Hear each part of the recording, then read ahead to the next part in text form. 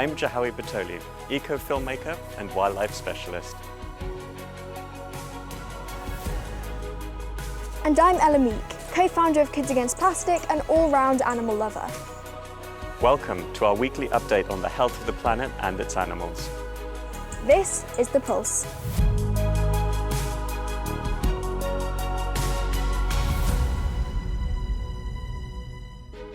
Coming up on today's programme, This year's winners of the International Children's Peace Prize, the truth behind vehicle tyre wear, and we unearth some of the more unusual eco-news stories.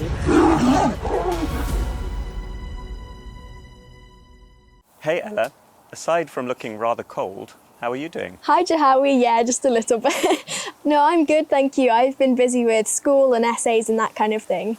So, what's caught your eye in the news this week? The winners of the International Children's Peace Prize have been announced, and it's been won by these two young brothers from India, Vihan and Nav Agarwal, a 17-year-old and a 14-year-old, who have set up this incredible initiative called One Step Greener. They go through segregating trash and collecting it from homes and taking it to recycling facilities. And what started with 15 households has now grown to over 1,000 in Delhi and Gurugram. Oh wow, what a great idea that is, because India does have a massive waste problem. In fact, all of the major cities are said to have these things called rubbish mountains, which can be up to 18 stories high. So there's definitely a solution that's needed for this waste problem in India, and this is a great start. Yeah, and earlier I got actually to chat with one of the co-founders, Nav Agarwal. Hi Nav, thanks for joining us. Thank you. Thank you, Jahali. So, how does One Step Greener work? We do a couple of main things. First is obviously teaching people the importance of waste segregation and how to segregate waste, because that's not something which many people are known to in our hometown. After that, we're like, hey, okay, you know the problem. We'll come to your home, pick up your waste, and we'll recycle it. Why did you set up One Step Greener? So in September of 2017, the Ghazipur landfill, which is 65 meters tall, one of the world's largest landfills, collapsed, caught on fire, killed 2 people, and released tons of toxic gases.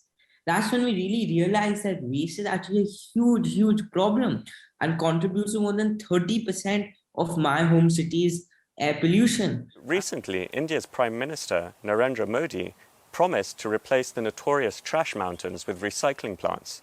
Will this solve India's problem? It could barely do anything compared to what we really need. Is they're not trying to go to the source, right? The source of the waste is the residents of the country. And I feel personally, it definitely will not solve this crisis, because for you to solve any crisis, you have to go to the root of the problem. You can't just go to the end and say, okay, I'm going to start recycling over here, because by the time it gets to the end, it's barely recyclable. Barely any percentage of the waste is actually recyclable, and you can't really do much about it at that period of time.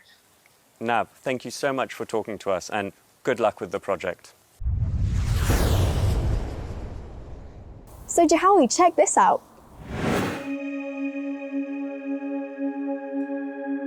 What is it? Well, this week, plans for having a floating city in South Korea have been approved. I think it's a great idea. Could this be a potential solution to rising sea levels? It definitely could be. The project is a collaboration between the City of Busan, Ocean IX, and the United Nations Human Settlement Programme. And it's said to be 75 hectares, so that it can fit 10,000 people. That sounds pretty impressive, and I look forward to seeing the results of this project. Yeah, so do I. It's very exciting.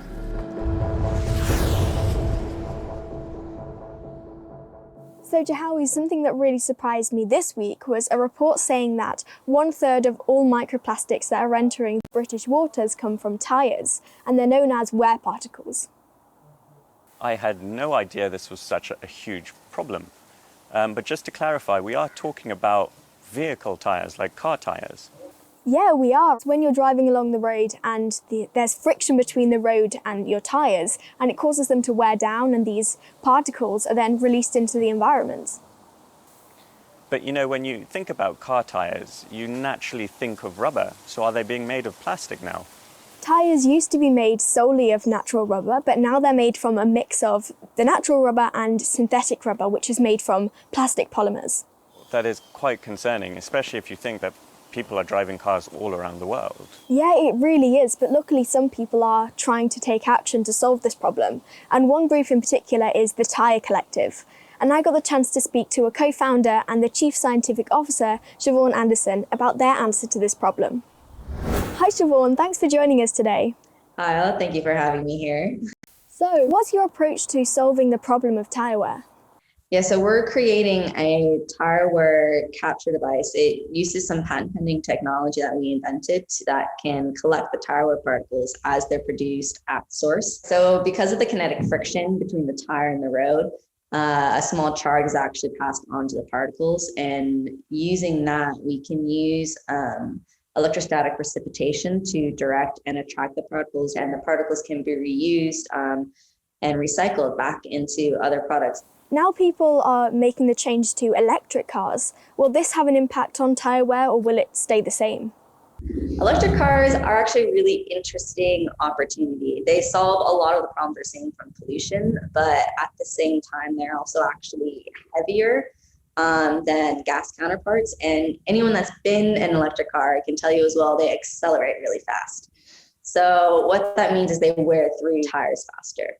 So this is a huge problem that we need to think about. If we're imagining a world with zero emissions, then we need to actually take into account all sources of emissions. What stage of development is the technology at? Well, we actually just finished our first trial. It was an amazing milestone for us to go from our a small scale lab prototype and seeing that scale up to full size, how it is right now. Thanks so much, Siobhan. It was good to talk to you. Ella, take a look at this.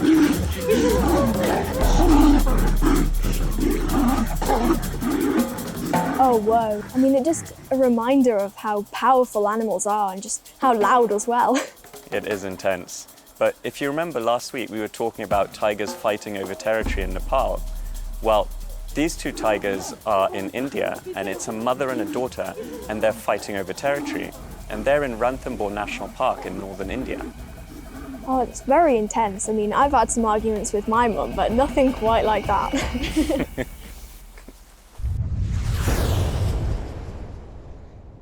So, Jahawi, a recent report says that nearly half of Britain's biodiversity has gone since the Industrial Revolution.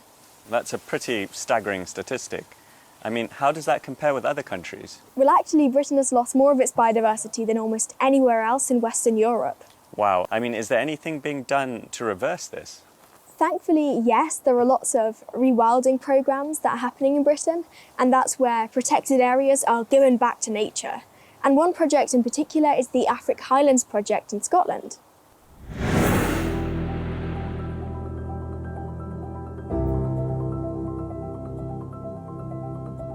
Afric Highlands is an ambitious landscape-scale project encompassing about 2,000 square kilometres in the Highlands of Scotland. The main objective of Afric Highlands is to restore nature on a grand scale, restoring habitat and biodiversity and recovering the land's ability to sequester carbon. I spoke to Richard Bunting from Trees for Life, who are part of the Afric Highlands project. Hi, Richard. Hi, Ella. Nice to be here. Thanks. Who are Trees for Life and why have they been entrusted with the Afric Highlands project? Well, Trees for Life's grown over the years and it's become a major rewilding charity in Scotland. Afric Highlands is a big, ambitious project stretching from Loch Ness to the west coast of Scotland, and it will be Britain's biggest rewilding project. And Trees for Life and a lot of the local landowners are working together with the community to create this big, nature-friendly, nature recovery, rewilding zone covering this huge swathe of the Highlands. Why is this rewilding project so important? It's partly because we're facing a global nature crisis and climate breakdown. And really that nature emergency, this collapse we've seen in biodiversity with wildlife species after wildlife species tumbling towards extinction, it's a massive issue, clearly. And Scotland's hills, they are really beautiful, but there's something missing, and that's woodland. A lot of the hills of Scotland should be blanketed in native forest. Peat bogs, absolutely precious habitat. They're often in a bad way, and that's bad news for the climate, because peatland, peat bogs, are brilliant carbon sinks. They're better than the rainforest at soaking up carbon dioxide. But when they're in a bad way, which is the case for 80% of our peat bogs in this country, they begin emitting carbon dioxide. So these are some of the reasons why this really big, ambitious African Highlands project has been launched. Is there anything others could be doing to help with biodiversity loss? I'd say people can rewild in their own back gardens, in their yards, in their communities, in their local parks. It's a form of rewilding. It might be micro rewilding, but talk to your local council. If you've got your own garden in a wildlife friendly way. Start working with nature, not against it. Also be helping connectivity of nature around the country. Thanks so much, Richard. It was good to speak to you. So Ella, I came across this rather cool company called Woodio, and they're making toilets and basins out of, guess what? Wood. Oh, how does that work? Wouldn't the wood just rot? So they're a company based in Finland, and they're taking waste wood, like wood chips from mills that would otherwise be discarded, and they're melting that with resins to create these waterproof surfaces. Oh, that's really interesting. And it looks really stylish too. Yeah, well, you could have yourself a new stylish bathtub for the cool price of 4,000 euros. Dad, what do you think about this? We could have a new bathtub for 4,000 euros. What? You've got to be joking. Okay, that might be a no.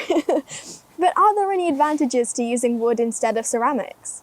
Ceramics take a lot of energy to make, and although they're engineered to last a very long time, with people constantly redesigning their houses, they actually often end up in landfills. Well, Jahowie, toilets and sinks aren't actually the strangest thing made from wood. A company called UPN are developing a satellite made from plywood. Plywood? Really? Yeah, I should mention it's going to be 4 by 4 inches and should be launched next year. I just can't believe that a plywood satellite is going to be sent 340 miles from the Earth into orbit. Well, it would appear that's all we have time for. Oh, Jahowie, come on. I know you're better than this. See you next week. Bye.